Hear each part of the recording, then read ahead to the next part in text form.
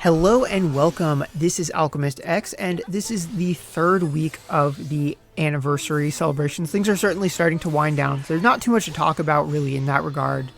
Some free daily summons, nothing new is really being released right now.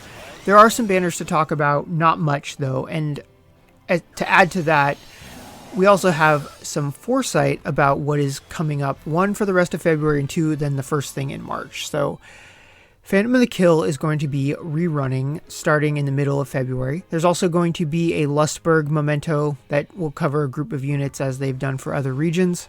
Torito is going to have an alter class job.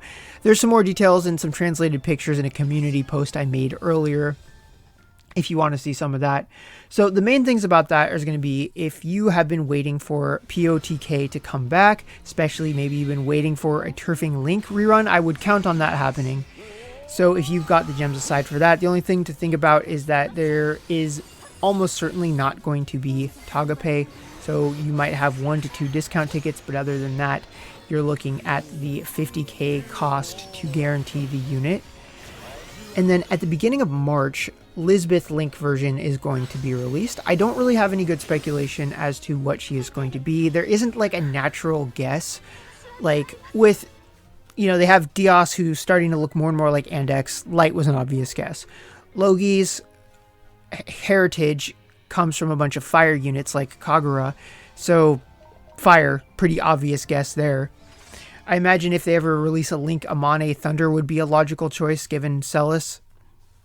But with Lisbeth, I don't really know what they would do. She could be the first that's the same element as her original counterpart, or she could be a different element, maybe not one that's just like intuitive, but just one that they chose for either meta reason or just because.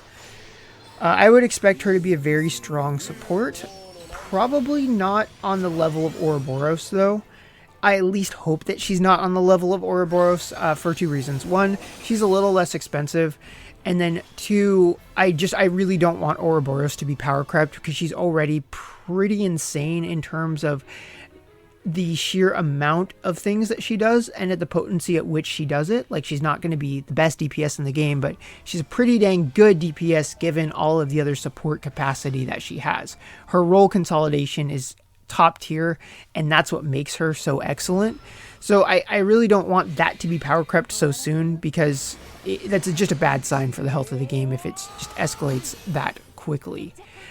But it's a little too soon to say any more than that. More news will come in the coming weeks, but before that we'll probably be focusing on Phantom of the Kill as that comes out. So that's just something to be aware of, and it is definitely going to affect my recommendations for banners in the upcoming overview. And speaking of, let's go ahead and jump into the banners. Okay, so let's jump into the events tab and find the Phantom of the Kill stuff. So the classification of level is going to be like just the regular EX levels. So there's just one for each Phantom of the Kill character. It's how you farm their weapons and their unique job equips. And in the case of this level, I know I've covered this before in the past, but it could be hard to find. I don't know exactly the last time I mentioned this in a video. It might have even been as old as Global. Not totally sure about that. Times have changed. So find the first one if you're going from the bottom with 6 milestones. Look for the spear and the bow. This is the team that I chose to do this for auto repeat. So a couple of things to note is that if you get the rare mummy drop, the one who actually drops the 55 gold ingots, then that run's not going to work as far as being fast, just because it's going to take longer to deal with that. It'll throw the units off their game. So ironically, don't want it to appear, so then you can do auto repeat where it acts like it appeared every single time. So I found that just units with map clearing abilities, they don't have to do a ton of damage, just spamming map clearing abilities.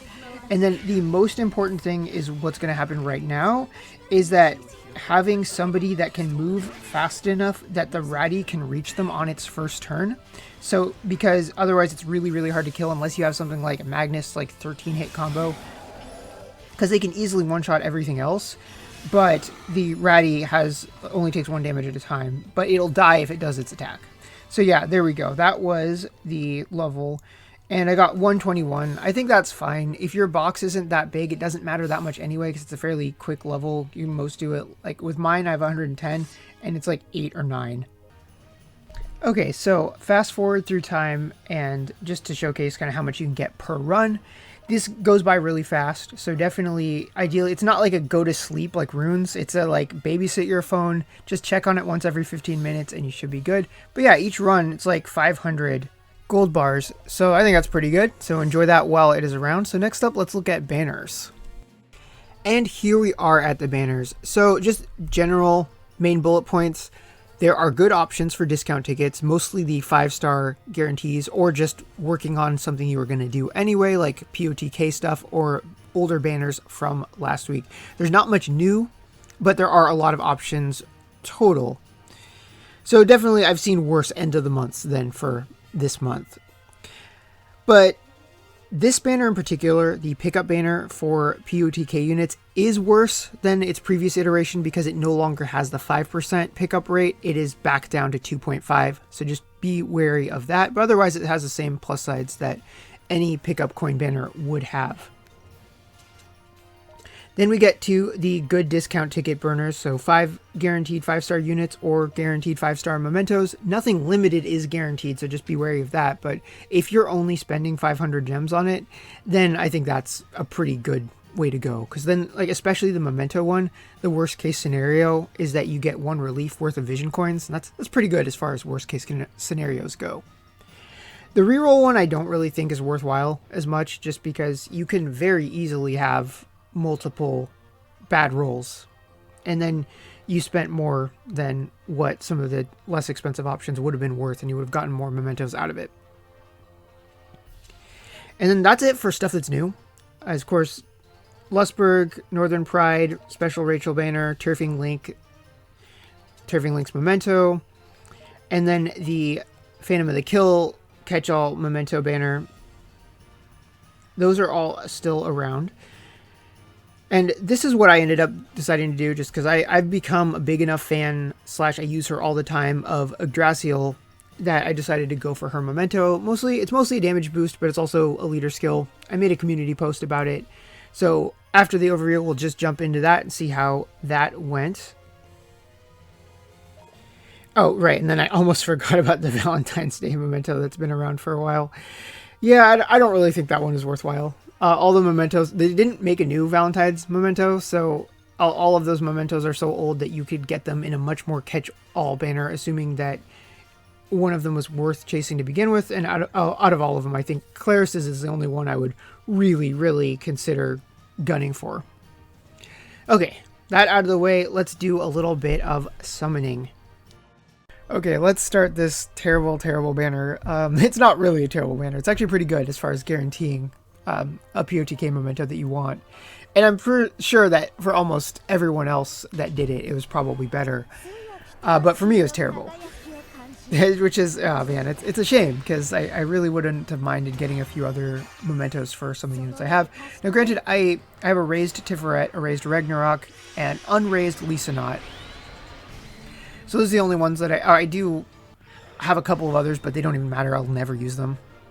And I have a maxed out Dark Masamune, but I already have the regular memento and the Masamune specific one, so she's kind of fine.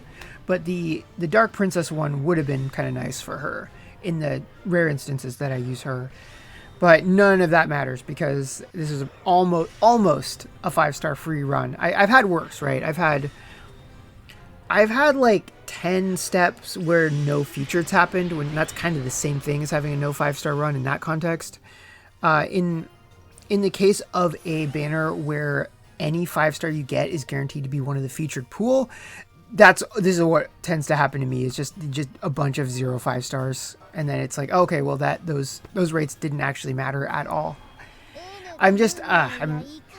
This was like, I did this on Thursday night because I was definitely wanting to jump on the first chance to get Yggdrasil's memento that I could get. And in terms of that, I have absolutely no regrets. I used my 5 relief selector that I got from a banner. I used it on that.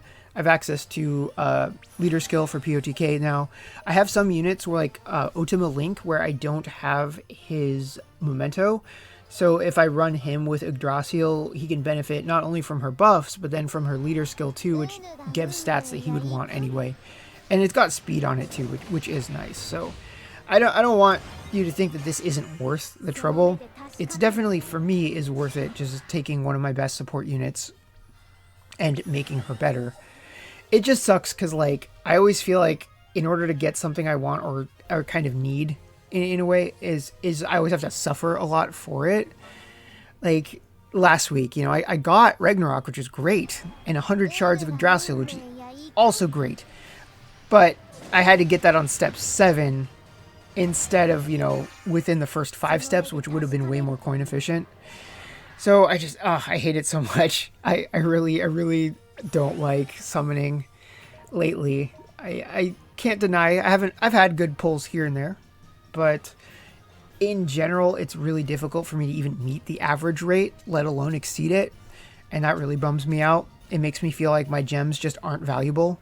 Like, because I always look at it like, as far as something that's guaranteeable, whether that's getting a unit or getting a memento or getting enough shards of a unit via coins, all of those things have a cost based on how many steps you're doing, you know, TAGA pay or discount tickets, etc. Those all have a cost, right? And then it's like, am I willing to pay that cost? And if yes, then that's great, then I do it. And then the gambling aspect is, do I get to get a cheaper price for this, right? Because I was ready to pay the price for it. But then if I'm lucky, then I get a nice discount. If I'm really lucky, a very big discount. And it's just like, that just doesn't happen much, like at all. So it feels like it's been a really long time since it's been an instance where it was just really good luck. In really general terms and not just subjective terms. So luckily, I'm going to be cleaned out for a little while. Of course, I'm going to be skipping for a while because I think at this point I should probably just save a lot of gems and get either a link version or a really strong 5-step unlimited unit on release, and that's going to take a while to save up. So luckily I won't have to put up with my garbage luck for a while, aside from the odd discount ticket here or there.